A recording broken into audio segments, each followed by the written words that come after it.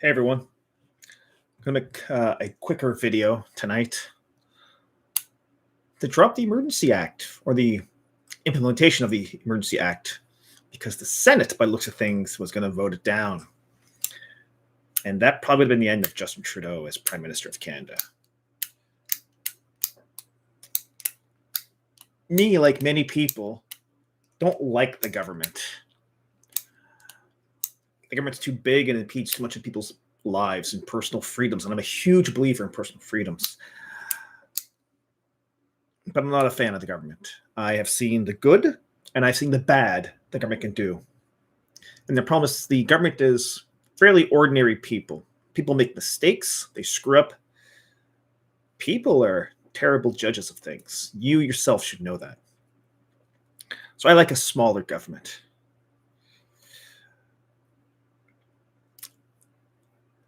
Monday, there was a run on the banks. It's still ongoing. 20% of Canadians withdrew large amounts from the banks. Now, if you know how banks work, they loan people who have money, or let me rephrase this. If you have money in a bank, they take your money and loan it to people at interest. And that's how banks make money. That's one of the reasons why banks make money. It doesn't cost them anything because they're using someone else's money, yours, to loan to other people. So when you take large amounts of money out of the bank, it actually hurts the bank. Let me tell you my story. So I've been kind of busy, and I have some money at a certain bank, TD Bank. And I've been a customer for 20 years. Before that was RBC. And I have about $116,000 in that bank account. I know what you're thinking. Got to murder Tony. Collect some money. I don't have much money on me at any given point. But anyway, so I called the bank Monday. I said, listen, I need $116,000 on my bank account, and I want to close my account. And the person who answered the phone, this was actually at the number on the back of my my bank card. Thank you. There we go. Brain injury kicking in tonight. And I, basically they just said, oh yeah, someone from the bank will contact you. But an hour later, I get this lady calling me. She's like, why do you want to withdraw $116,000 and delete your account? And I was like, well, at this point, over 100 bank accounts were seized by the Canadian federal government through the banks. And TD was one of those banks. Actually, TD, they actually was on the news that in one account, they got $1.4 million. In the other account, there was $1.2 million. That's a lot of shekels. So that kind of put a bad taste in my mouth when banks become political, especially here in Canada. Now, I don't know if you've ever been to Ottawa, but they have a Bank of Canada museum there where you can buy a shredded $1 million in a tube. It's basically like paper thin money. You could never put it back together. But it's up there where I learned that very little physical money actually is in Canada. Very little physical money for the grand scheme of things. For example, we're $9 trillion in debt now, and there's only about $1 billion in cash in Canada. That's it. I heard as high as 10 billion, but I actually know somebody who works at the Canadian banknote company, and they mentioned something to me one time about cash availability. But anyway, so when you take large amounts of money out, it hurts the bank. So I took out $49,000 a day. That's all I was allowed to take. TD, the lady who called me, what was her name?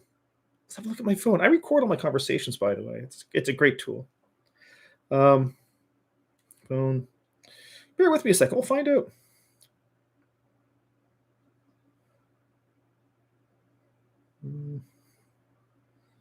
No, all it lists is her personal number, and I don't want to give out her name.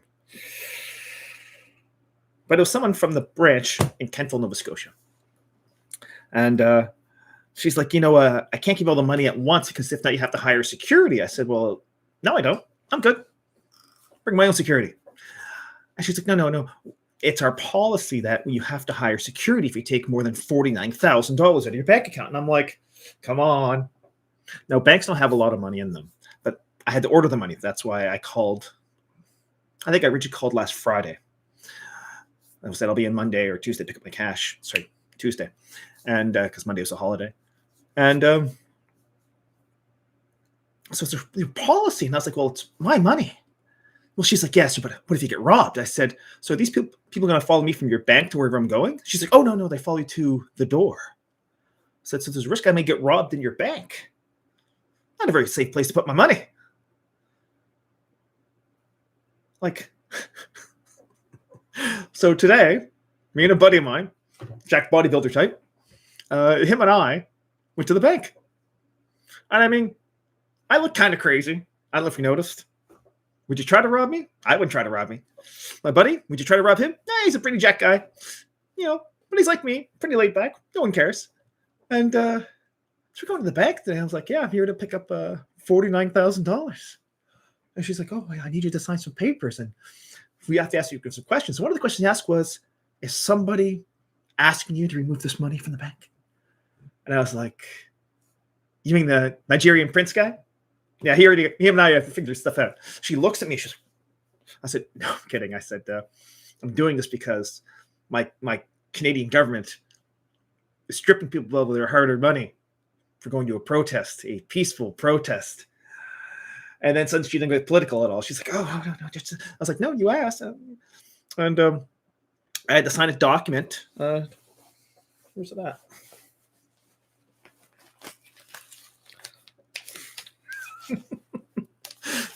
Fucking crazy time to be alive, isn't it? I had to sign this. And basically what it says, anyway, what it says is,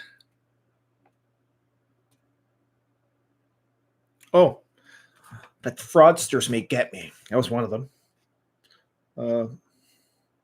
Loss or theft. Fuck. And it says, carrying it outside the bank. I once took $168,000 out of my bank account. And it was basically bricks of cash. Don't ask what it was for. But that was from a larger city, from a larger bank. Like these people, I bought 10 silver coins from TD Bank because the supply at the time I was buying was really low. And they were like $22 a piece, so $220. And they came in this little tube. I think I showed you guys before. I have a little tube here next to my computer. Like the way it feels in my hands. I ordered some through TD Bank in this little town of Kentville because it's a town nearby, kind of. Still 40 minutes away. But anyway, so the tube shows up at TD Bank. And I get this phone call or email or something. I forget what it was. Like, yeah, your coins are here. Your bullion. I was like, oh, my bullion. That's so much Scrooge McDuck there, eh? So I go to pick them up, and the lady's like, can I see them? It's like, excuse me? She's like, I've never seen actual silver coins. And I'm like, you work at a bank. They're $22 a piece. Like, they're not expensive. Give them to your kids for Christmas or something. Tell them this is real money. But no, this plastic shit we have in here in Canada is supposedly real money. Yeah. So I literally had to sign a release to the bank that I'm not going to get robbed between the door and the counter. And they wanted $850 for someone to walk me from the teller to the door. But then I'm on my own. When I pulled into the bank, there was an RCMP officer coming out of the bank. That's one of the Canadian National Police Force, the ones who were stomping women with horses and firing tear gas canisters and the women reporters at point blank range. Those folks were the folks who helped cover up the Portapique shooting here in Nova Scotia. Those folks, RCMP. So if I'm not safe around them, who am I not safe around? I don't know. No beer tonight. I'm drinking Blue Menu sparkling water. It's just some flavor. I don't drink pop, so it's lime flavor. Just a hint of lime. Hot summer's day, get those real cold. They're actually kind of refreshing. But yeah, I just want to make this quick video because now the Emergency Act is now gone. And never made it through Senate. And I think the Senate was going to say no to it. Some of the senators are batshit crazy. One of them was, I don't know if it's a senator or a member of parliament. Recently, someone was talking about how honk honk actually stands for Hail Hitler.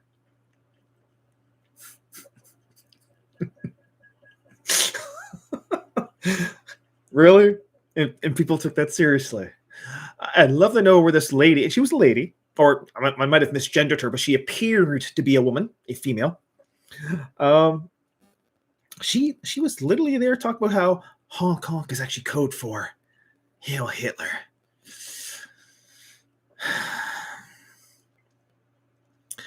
I told you the bell curve about intelligence, how very small percentage are up here and everyone else is kind of off to the sides. These are the, I guess, yeah, backwards here. This side would be like from no intelligence to average intelligence. We work that way. Anyway, the mean 50% of the population would be up here. And then if Peter's off the side and these people are super bright, this lady was a member of parliament and believed that honk honk means Hail Hitler. Those truck horns literally are just truck horns. And the meme, Pepe, can I even say Pepe on YouTube? I don't fucking might get relieved now. Done. Kicked off YouTube for life. Can't take this shit seriously. Pepe. Remember Pepe? Yeah. It's a frog. A badly drawn frog. It's like, it's white supremacy. You should really get a hold of 4chan. You should.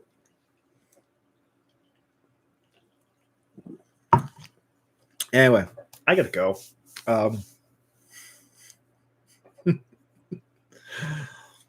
As I said, don't take this government seriously. They're not going to be around very much longer, I don't believe. They've angered a great deal of many people, including the average blue-collar Canadian, which is the majority of Canada. They pissed off the majority. You know, I think the only good thing that came out of all of this past few weeks of trucker protests, and I think the truckers did a wonderful job. They were willing to lose everything, and some did because of the Liberal government of Justin Trudeau. But I think the only good thing that came out of this all was that any of the members of parliament we currently have in Canada, the people who dragged this on for 2 years, you know what to say about the hardest part of the first 2 weeks, you know, the flatten the curve? The 49th week.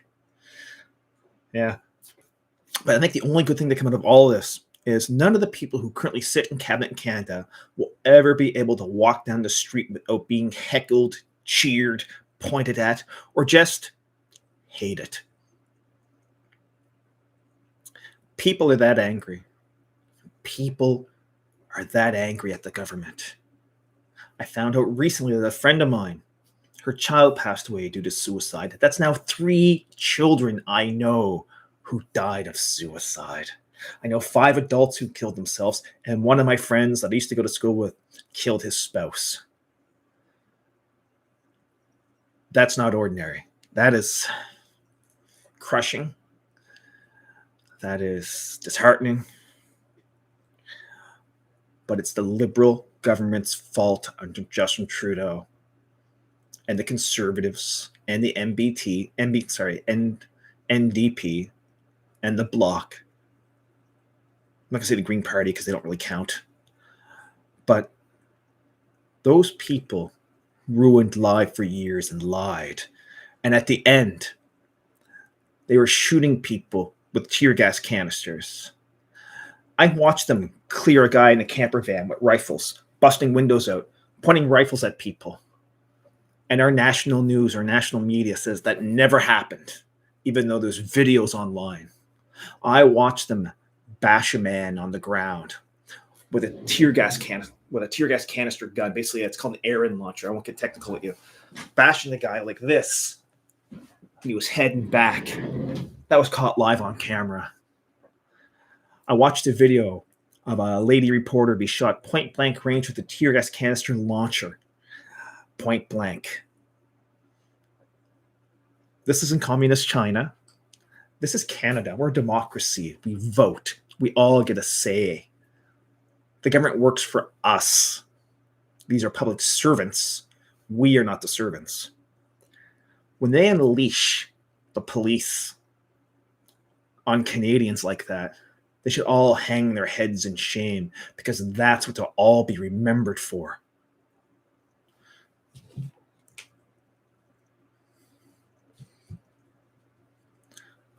I love my country, but it's in distress, and I hate the people who run it.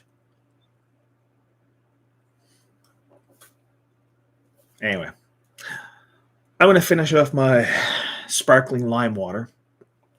You can reflect on that. I hope at the end of all of this, we can all get out of this mess, because that's what it is. This is like a bad divorce. And if you're a man who's gone through a divorce, you know what a bad divorce is. But it's messy, it's nasty, it's dirty. It brings shame upon everybody.